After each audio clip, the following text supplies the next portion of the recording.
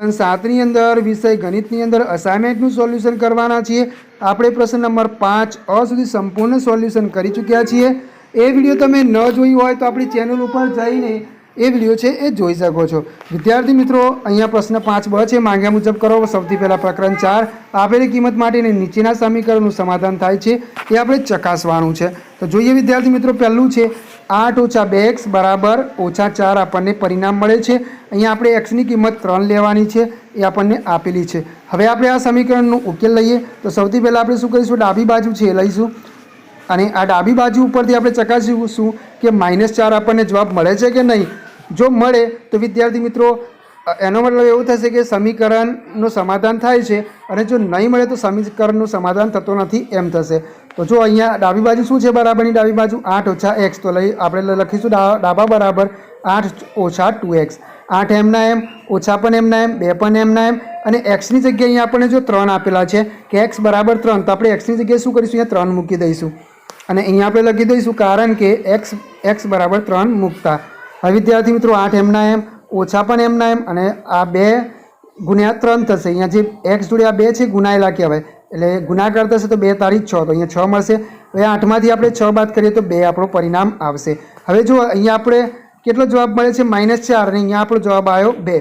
તો એનો મતલબ એમ થયો કે આમ ડાબા ઇક્વલ ટુ નોટ જબા, એટલે કે ડાબા બરાબર જબા નથી, એટલે આપણે લખીશું તેથી 2 ઇક્વલ ટુ નોટ જબા, એટલે સમીકરણનું સમાધાન થતું નથી, એટલે આપણે ના લખીશું। બરાબર, સમીકરણનું સમાધાન નથી। પછી અહીંયા બીજામાં છે એ જ રીતે ગણવાનું છે વિદ્યાર્થી મિત્રો। તો 15 - 3x બરાબર 9, અહીંયા x બરાબર 2 લેવાના છે। તો આપણે સૌથી પહેલાં ડાબી બાજુ લઈ લઈએ, ડાબા બરાબર 15 - 3x, સાથે ડાબી બાજુ છે 15 - 3x એ લઈ લઈએ। 15 એમના એમ, -3 પણ એમના એમ, અને x ની જગ્યાએ આપણે 2 લેવાના છે, તો અહીંયા 2 લઈ લઈશું અને અહીંયા લખી દઈશું કે કારણ કે x બરાબર 2 મૂકતા। હવે 15 એમના એમ, અને અહીંયા 3 × 2 = 6। હવે 15 - 6 થશે એટલે 9 આપણો જવાબ આવશે। તો અહીંયા વિદ્યાર્થી મિત્રો 9 છે અને અહીંયા આપણો જવાબ પણ 9 આવ્યો, તો આપણે લખીશું આમ ડાબા બરાબર જવા, તેથી 9 બરાબર જવા, તો સમીકરણનું સમાધાન થાય છે, એટલે આપણે અહીંયા લખીશું હા। એના પછી આગળ જે વિદ્યાર્થી મિત્રો ત્રીજા નંબરનો પ્રશ્ન છે એમાં પણ એ જ રીતે કરવાનું છે। તો અહીંયા આપણે ડાબા બરાબર x + 2 લઈશું, xની જગ્યાએ 2 મૂકવાના છે, તો 2 મૂકી દીધા, 2 + 2 થશે 4, અને અહીંયા આપણને મળે છે જવાબ આપેલો છે 2, અને અહીંયા આપણો જવાબ આવ્યો 4, તો થશે આમ ડાબા બરાબર ઇક્વલ ટુ નોટ જબા, તેથી 4 ઇક્વલ ટુ નોટ જબા, સમીકરણનું સમાધાન થતું નથી, એટલે ના આવશે। એના પછી ચોથા નંબરનો દાખલો છે એ પણ એ જ રીતે ગણવાનું છે। તો હવે વિદ્યાર્થી મિત્રો તમે અહીંયા જોઈ શકો છો 5x - 5, xની જગ્યાએ 5 મૂકીશું એટલે 25 આવશે, -5 કરીશું એટલે 20 આવશે। તો ડાબા ઇક્વલ ટુ નોટ જબા, અહીંયા 5 છે ને અહીંયા 20 જવાબ આવે, એટલે સમીકરણનું સમાધાન થતું નથી, એટલે આપણે ના કહીશું। એના પછી પ્રકરણ 6 છે, એમાં છે વિદ્યાર્થી મિત્રો નીચેની આકૃતિઓમાં ત્રિકોણના ખૂણા xનું માપ શોધવાનું છે। તો અહીંયા આપણને આવી આકૃતિ આપેલી છે। હવે વિદ્યાર્થી મિત્રો અહીંયા જુઓ તો એક ખૂણાનું માપ આપણને 90 આપેલું છે, અહીંયા જે કાટકોણનું નિશાન છે અહીંયા આપેલું છે, એટલે એનો મતલબ એવો થયો કે એક ખૂણો છે એ કાટખૂણો છે, જ્યારે બીજો ખૂણો 20 છે, અને અહીં આપણે x શોધવાનું છે। તો અહીંયા આપણે લખીશું કે ત્રિકોણના ત્રણેય ખૂણાઓનો માપનો સરવાળો 180 થાય। તો વિદ્યાર્થી મિત્રો આવો દાખલો હોય એટલે સૌથી પહેલાં આપણે આ પોઈન્ટ લખી જ દેવાનું કે ત્રિકોણના ત્રણેય ખૂણાઓનો માપનો સરવાળો 180 થાય, અને આપેલ ત્રિકોણમાં એક ખૂણો કાટખૂણો છે, માટે શું થશે, x ખૂણો x વત્તા આ 90 વત્તા આ 20, અને આ ત્રણેયનો સરવાળો કેટલો થાય, 180, જે આપણે અહીંયા લખ્યું છે કે ત્રિકોણના ત્રણેય ખૂણાઓનો માપનો સરવાળો 180 થાય, એટલે આપણે ખૂણો x વત્તા 90 વત્તા 20 બરાબર 180। હવે ખૂણો x એમનો એમ રહેશે, 90 ને 20 થશે 110, અને બરાબર 180 એમના એમ। હવે ખૂણો x બરાબર આ 180 એમના એમ, અને આ વત્તા 10 છે આ બરાબરની બીજી બાજુ લઈ જઈશું એટલે -110। હવે 180માંથી આ -110 કરીશું એટલે ખૂણો x બરાબર 70 આપણને મળી જશે। તો આપણો જવાબ આવશે ખૂણો x બરાબર 70। એના પછી બીજો દાખલો છે પણ એ જ રીતે ગણવાનું છે। અહીંયા જો એક ખૂણાનું માપ 140, એક ખૂણાનું માપ 30 અને x શોધવાનું છે। તો અહીંયા આપણે લખીશું ત્રિકોણના ત્રણેય ખૂણાઓનો માપનો સરવાળો 180 થાય। હવે ખૂણો x વત્તા 140 વત્તા 30 બરાબર 180, કારણ કે ત્રણેય ખૂણાઓનો માપનો સરવાળો 180 થાય। હવે ખૂણો x વત્તા અહીંયા 140 અને વત્તા 30 થશે 170, બંનેનો સરવાળો, અને બરાબર 180 એમના એમ। હવે ખૂણો x બરાબર અહીંયા 180 અને આ વત્તા 170 છે, આ બાજુ આવશે બરાબરની બીજી બાજુ, એટલે -170 થઈ જશે। 180માંથી આ -170 આપણે બાદ કરીએ એટલે 10 જવાબ આવશે, માટે ખૂણો x બરાબર 10। એના પછી ત્રીજા નંબરનો છે, એમાં છે ત્રિકોણના ત્રણેય ખૂણાઓનો માપનો સરવાળો 180 થાય, અહીંયા ખૂણો એક્સ આપણે શોધવાનો છે. બે ખૂણાઓના માપ 60 અને 50 છે, તો વત્તા 60 વત્તા 50 બરાબર 180 આપણે લખી દઈશું. ખૂણો એક્સ બરાબર આ 60 ને 50 110 થાય, બરાબર 180 એમ નામ. હવે 110 ને આપણે આ બાજુ લઈ દઈશું, એટલે ખૂણો એક્સ બરાબર 180 ઓછા 110, તો ખૂણો એક્સ બરાબર આપણને 70 મળશે. 180 માંથી 110 બાદ કરીશું એટલે 70. ચોથા નંબરનો દાખલો છે, એમાં પણ આપણે એ જ રીતે ગણવાનું છે. અહીંયા પણ એક્સ શોધવાનું છે. બે ગુણાના માપ 45 છે, તો ત્રિકોણના ત્રણેય ગુણાઓનો માપનો સરવાળો 180 થાય.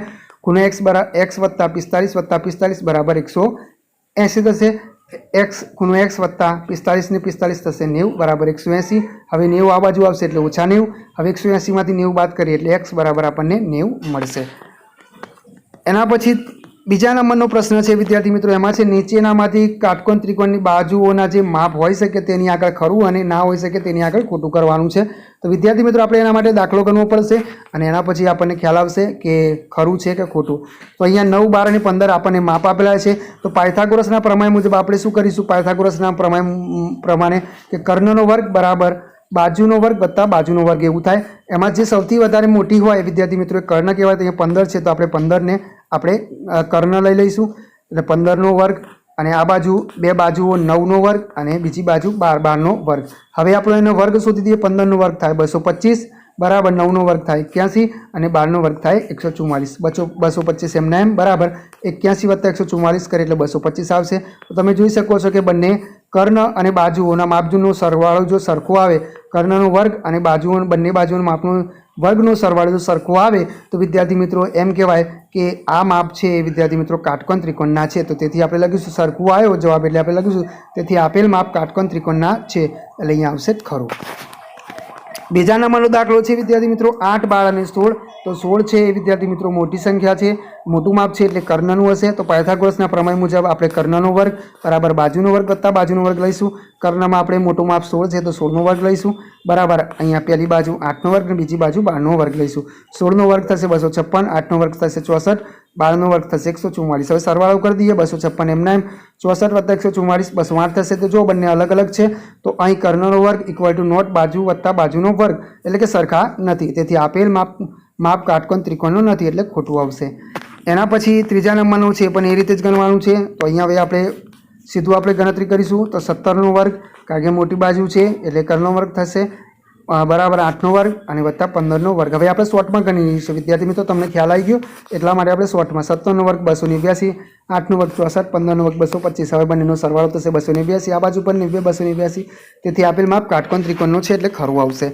એના પછી અહીંયા ચોથા નંબરનો દાખલો છે, એમાં 25નો વર્ગ 7નો વર્ગ અને 24નો વર્ગ આવશે. 25નો વર્ગ 625, 7નો વર્ગ 49 અને 24નો વર્ગ 576.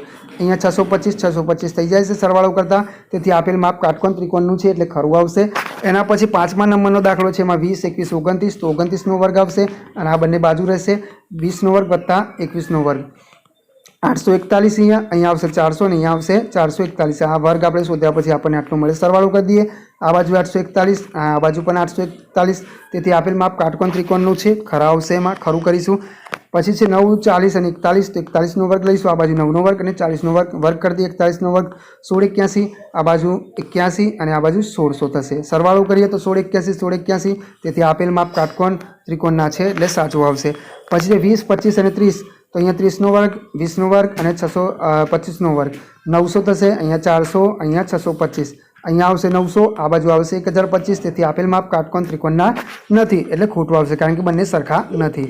એના પછી છેલ્લો છે 8મા નંબરનો દાખલો. એની અંદર જોઈએ વિદ્યાર્થી મિત્રો તો એમાં 8, 18 અને 25. તો 25નો વર્ગ આ બાજુ 8નો વર્ગ અને આ બાજુ 18નો વર્ગ. 25નો વર્ગ 625, 8નો વર્ગ 64, 18નો વર્ગ 324.